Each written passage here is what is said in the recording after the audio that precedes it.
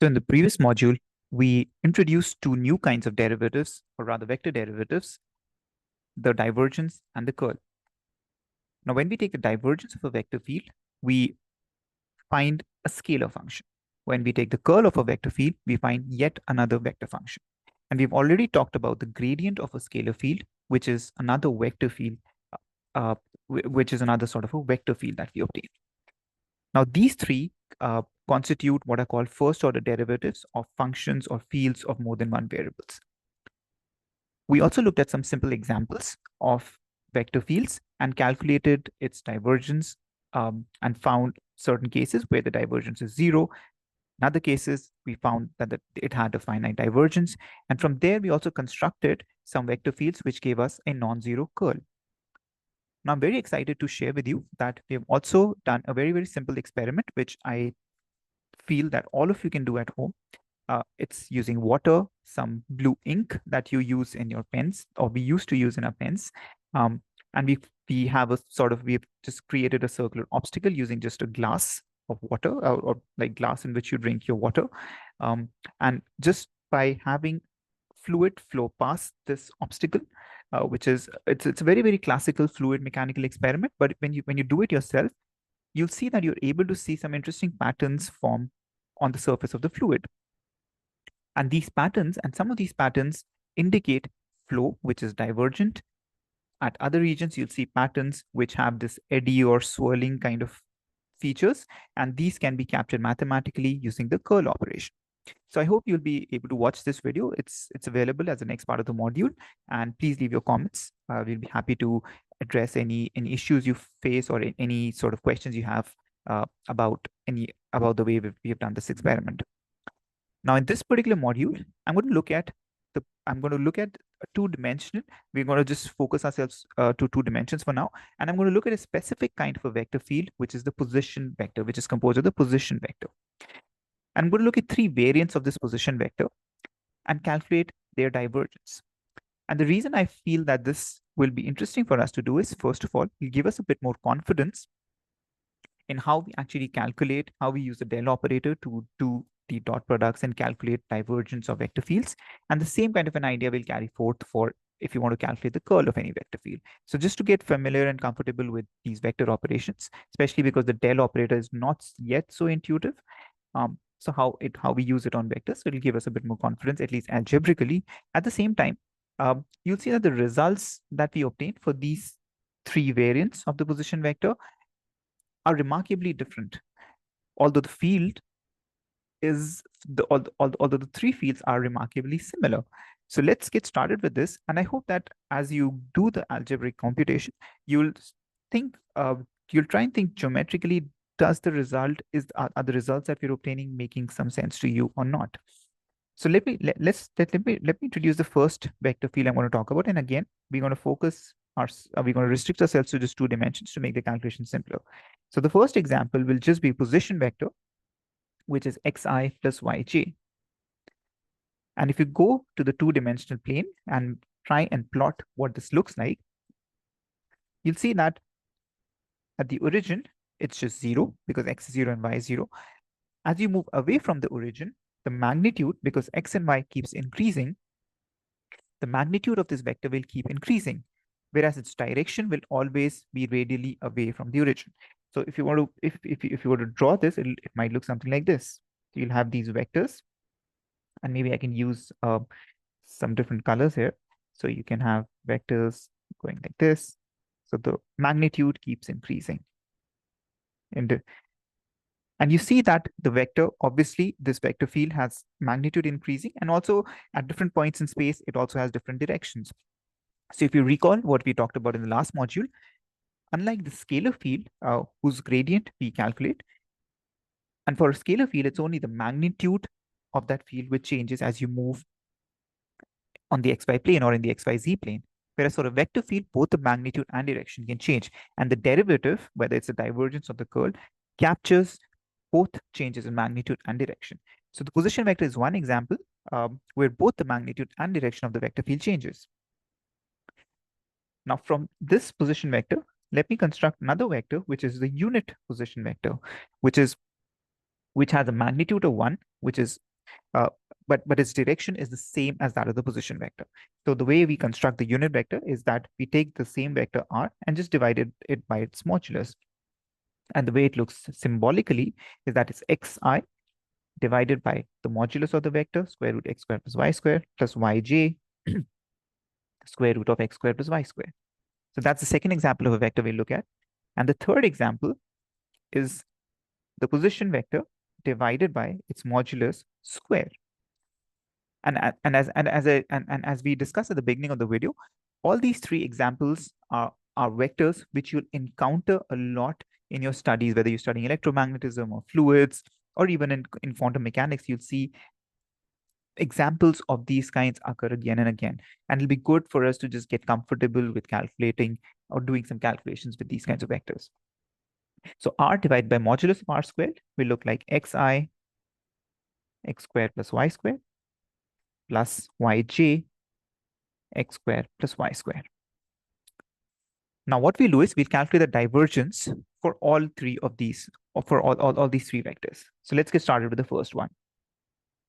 So del dot r would just be d dx I plus, or rather dou x, dou yj, and then you dot it with r. And r we've defined as xi plus yj. Now the way we'll calculate this dot product, we have the first term dou xi, and then we want to dot it with the first term xi.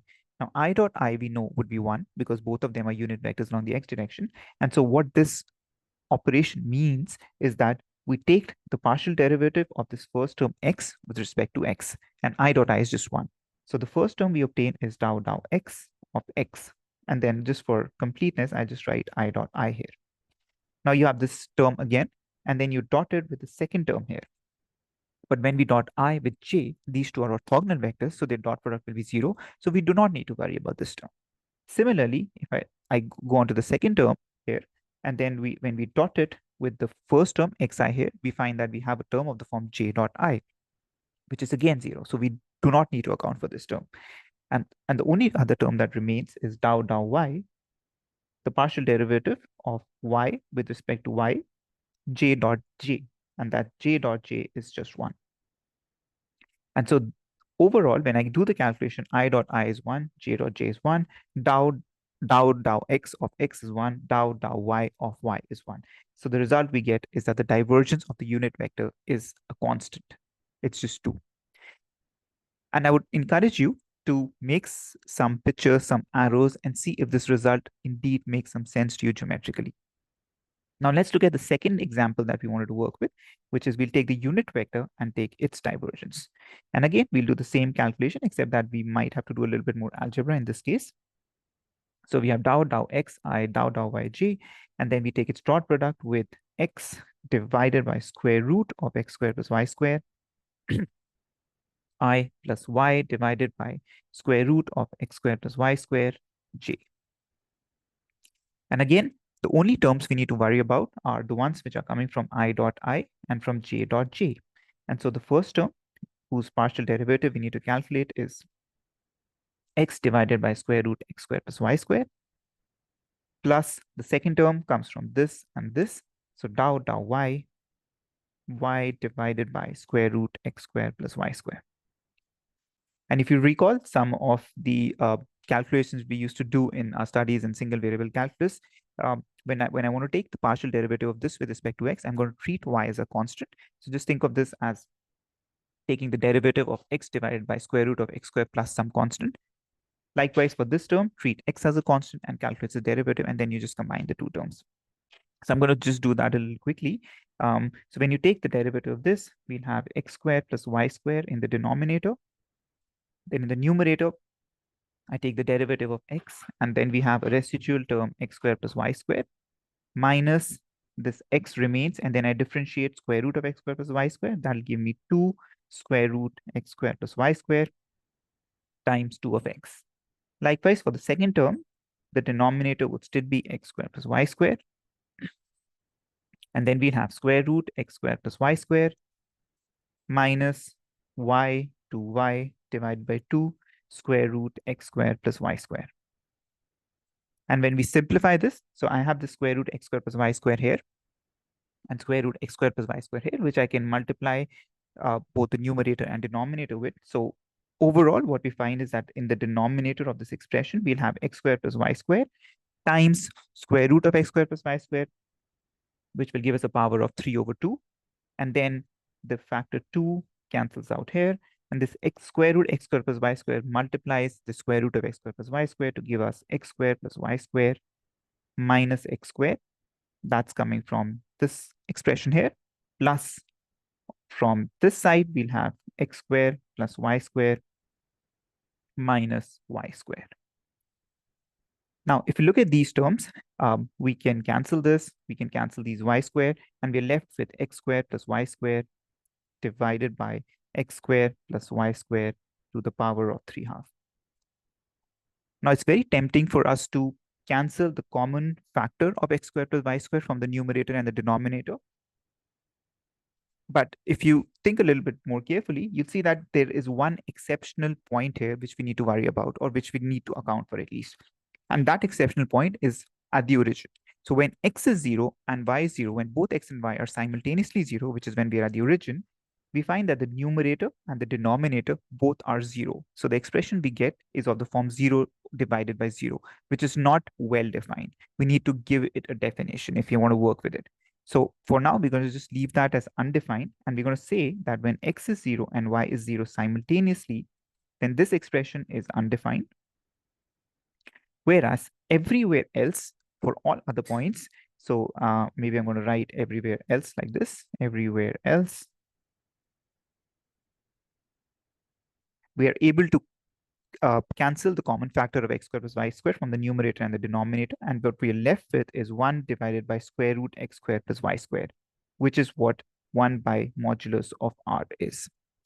So look at the startling difference between the divergence of the position vector, which turned out to be a constant 2, and the divergence of the unit vector, which is obtained from the position vector, except that you just divide it by its own modulus. We find that the divergence of this vector is not a constant in space.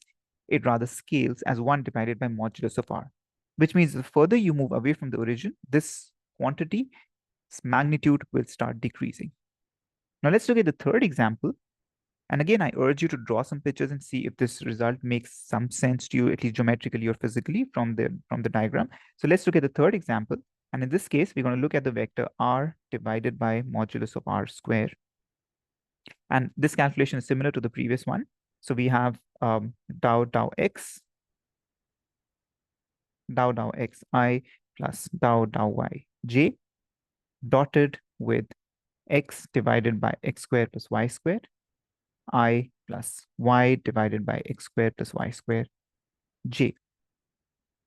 And again, we only need to worry about this I dot I and j dot j terms. So the first partial derivative we need to calculate is that of x divided by x squared plus y squared. And the second partial derivative we need to calculate is dou y divided by x squared plus y squared. And if we do this calculation, we find that from the first term, the denominator is x squared plus y squared whole square. And in the numerator, we'll have x squared plus y squared minus 2x squared. Second term will share the same denominator, but the numerator will be x squared plus y squared minus 2y squared. Now, if you look at the numerator of this expression, we have x squared plus x squared minus 2x squared. So again, it's very tempting for us to just say that the numerator evaluates to 0.